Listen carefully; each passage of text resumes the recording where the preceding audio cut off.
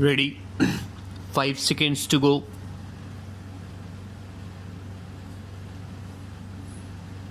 Start. Here, in all these cases, though the respondents are state authorities, and are party to the agreement, but between the petitioner and the respondents, the rights of the petitioner flow from the agreement of agency, and in effect, the petitioner is not enforcing any public functioning of the state, but it is the private right which is being enforced, that is, continuance of agency, though in the garb of widely acclaimed public function, namely, quote, public distribution system, unquote, stop.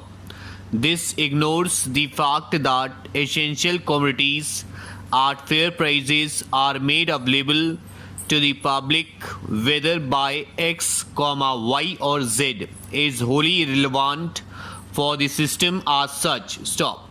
The petitioner claim would not affect the public distribution system as such inasmuch as, the respondents would have to make arrangement of distribution of essential commodities to public at large to those units who are being distributed essential commodities by the petitioner, through some other agents. Stop. Therefore, even if it is said that a writ petition in appropriate cases may be entertained, we have no manner of doubt to hold that it would be prudent exercise if in such matters the writ court declined to entertain the writ petition for enforcement of such contractual rights unless it is shown to be in violation of some statutory provisions or the order is wholly without jurisdiction. In fact, a combined reading of what we have discussed above shows that fair price dealers appointed for achieving the objective of distribution of essential commodities at fair price to public at large have dispute carrying two shades when an action is taken by the authorities. Stop. 1, when an action is taken against a fair price dealer for committing breach in distribution of essential commodities which amounts to violation of 1955 Act, attracting penalty thereunder, and may also amounts to an offence for which prosecution may be initiated. Stop. Second is regarding continuance of contractual obligation of retaining agency for distribution of essential commodities, and when the agency is terminated or suspended, attempt is made on the part of the agent to continue thereon in one or other manner.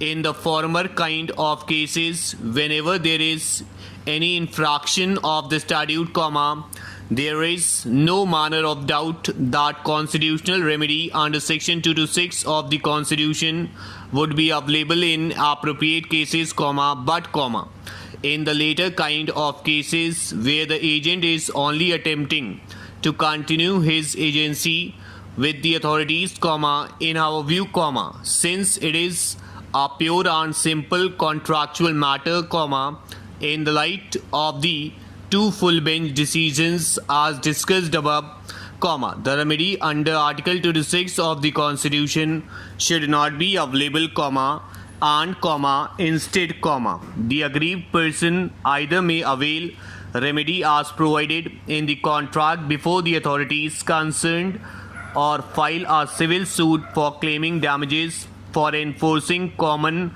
law rights. Stop. It would be necessary to remind that the purpose of public distribution system is not to benefit certain individuals who are engaged as agents for distribution of essential commodities at fair prices to public at large, but the objective is to make essential commodities available to public at large at fair price, and the engagement of agents is a means to achieve the said goal. Stop.